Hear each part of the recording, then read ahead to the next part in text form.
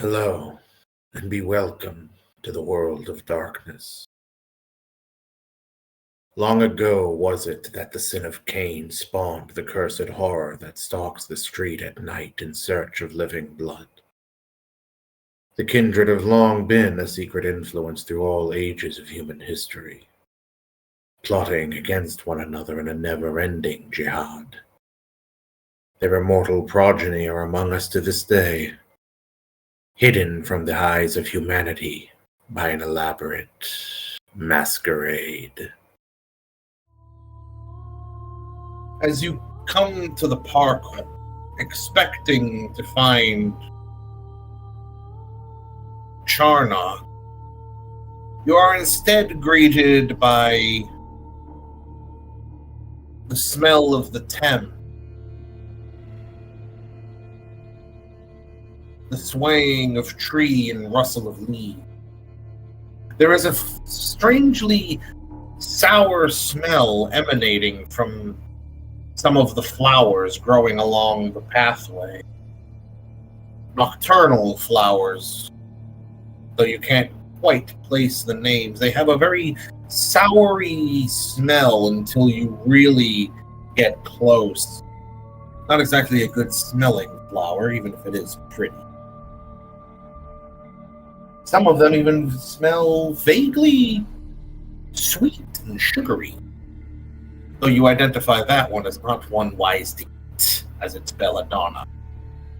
Slightly shaking, maybe just his hands, a little tremor. He would reach into his coat pocket and pull out a cigar. Do I see anything out of the ordinary? Wit and awareness. As you survey the area, there is a strange sense of being watched, the hairs rising on the back of your neck. And above you in the trees, you begin to distinctly hear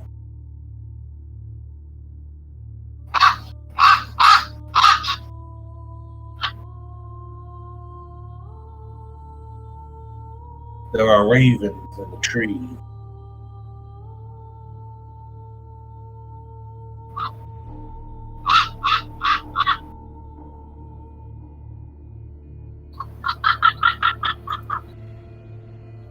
He would sit there silently.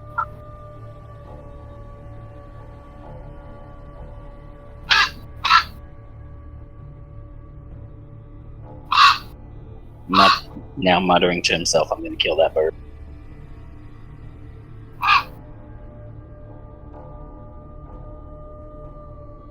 As the ravens croon, you hear the approach of a man as he stops on the other side of the walkway from you. He begins to look up, noting the birds, and then looking at you warily. Do I recognize this man? About as much as you recognize Jesus Christ. Seems to be a murder of crows. He points up. Ravens, I think. Mockingbirds. Can't you hear the laughter?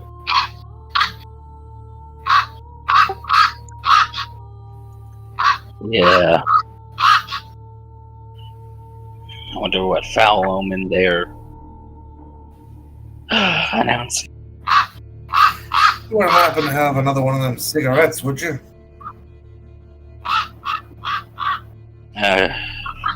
Sure.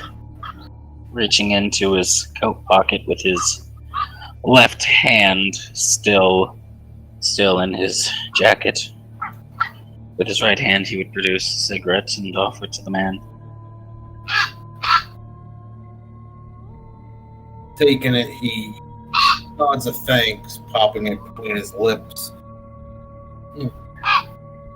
And then he looks over your shoulder and you see the cigarette hang loosely in the corner of his mouth as he mutters, "The fuck is that?"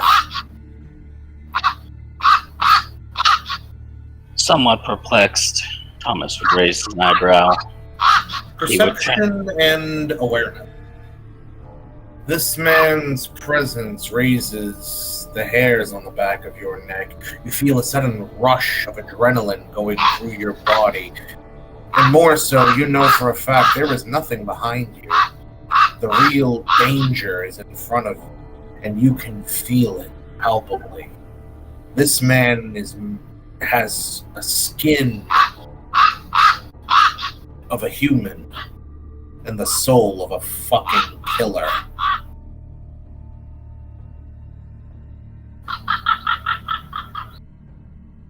I make a show of looking down at my foot to see if perhaps I had stepped in a dog turd. Is this man actively making any movements? No. You can tell he's trying to get you to look away, though. Can I take a step back? A long step back. Common sense. Now would be the smart time to sick the bane on him. Right. Raising my fingers up to my lips, I make a sharp whistle. It does seem to give the bastard pause as suddenly appearing visible, coming around the side of you as you hear a large of dirt scattering. The man, faster than you can really watch, moves back as though propelled by air. You can already see him quickly shifting into the dreaded form of the were-raven as the Bane spirit, though comical in some right, appears like the old fantasies of Spring-Heeled Jack, only this one with blazing red eyes and blood and a constant ickish stream oozing from his mouth and coating his fingers. The Bane spirit engages the were-raven at once.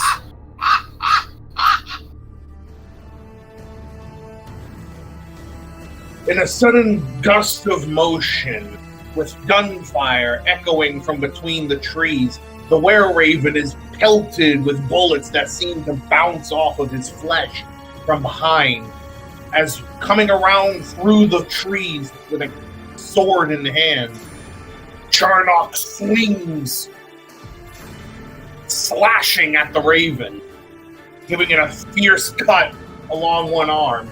Before the beast can fully turn, he sweeps it up, catching it on the other arm, and then sweeping for the neck, which it manages to narrowly avoid. You can see Charnock's eyes now gleam a glowing red, just as the Bane Spirit's does. The were-raven bats back Charnock as it slashes the chest of the Bane, a blackish blood spewing out, though the creature, unaffected, continues to slash and gorge at the raven, opening a mouth filled with vermin fangs trying to bite it. It manages to sink its teeth into its shoulder, only for the raven to throw it off, sending it smashing against one of the trees, a branch shaking loose and falling. Your turn. Grabbing his cane, Thomas would, I guess, he would take the pointy end and poke at the raven, intending to jab it in the chest. Strength and brawl. As you thwack it against the chest, but the raven ignores you entirely to engage Charnock. You don't know whether or not you should be relieved or offended. Nevertheless, a couple of more gunshots ring out, doing nothing to the raven, as you can see Charnock's man slowly emerging from the trees, now dropping his revolver as he pulls a hunting knife and starts to run at the creature's back. Charnock, thrusting forward the sword, drops it as he brings forward his left hand, now with these black wolfish claws. He gorges open the raven's gut.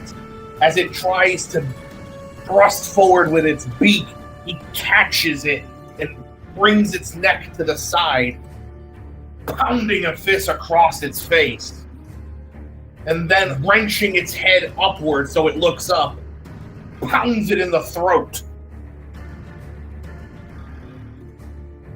The Bane from behind the were-raven comes at its back, biting onto it and breaking its claws over the raven's already wounded gut, pulling back the skin with an audible tear as the other hand digs, trying to pull out exposed organs. The raven, bucking its back, rattles free the Bane spirit, of which it snatches by the leg and throws in your direction. You might want to Death and Athletics, common sense, otherwise you're going to get battered with a spirit. Just narrowly, you manage to avoid the Bane as it is flung across the pathway overhead.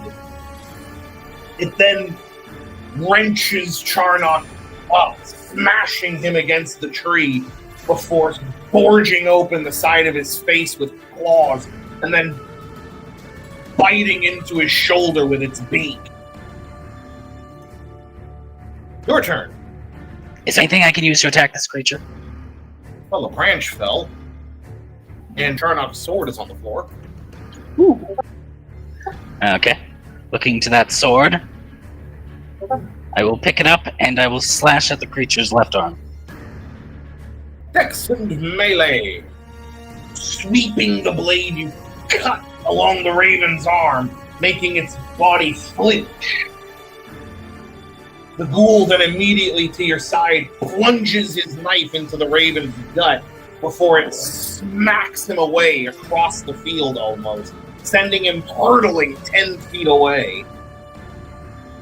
Flinging out its other arm, it sends a flurry of its feathers like shuriken through the air, or kunai, burying themselves in the Bane spirit, which writhes and cries out in a gasping "Ah!" before it bursts into a bubble of black ichorish blood.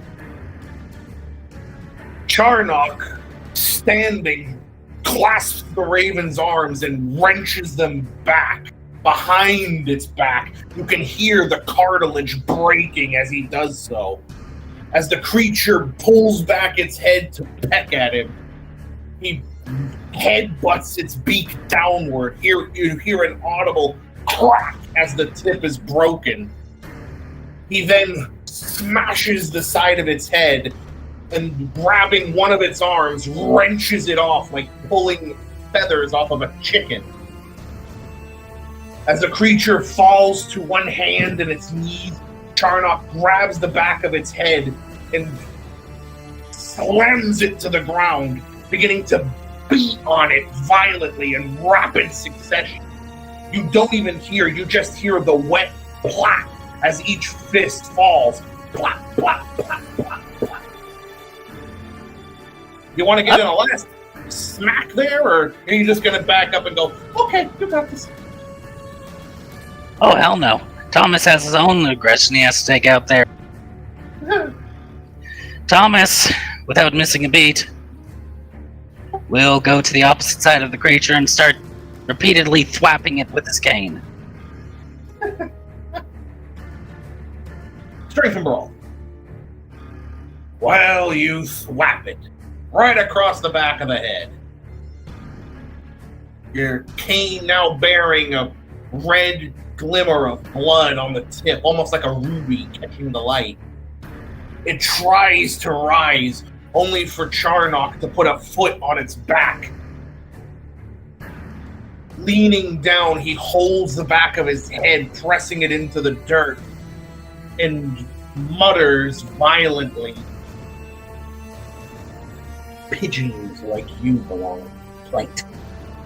Before wrenching its head back, and then wrenching again as his foot in the center of its back while pulling acts as a holding point as you hear a loud crack as it falls limp and spasming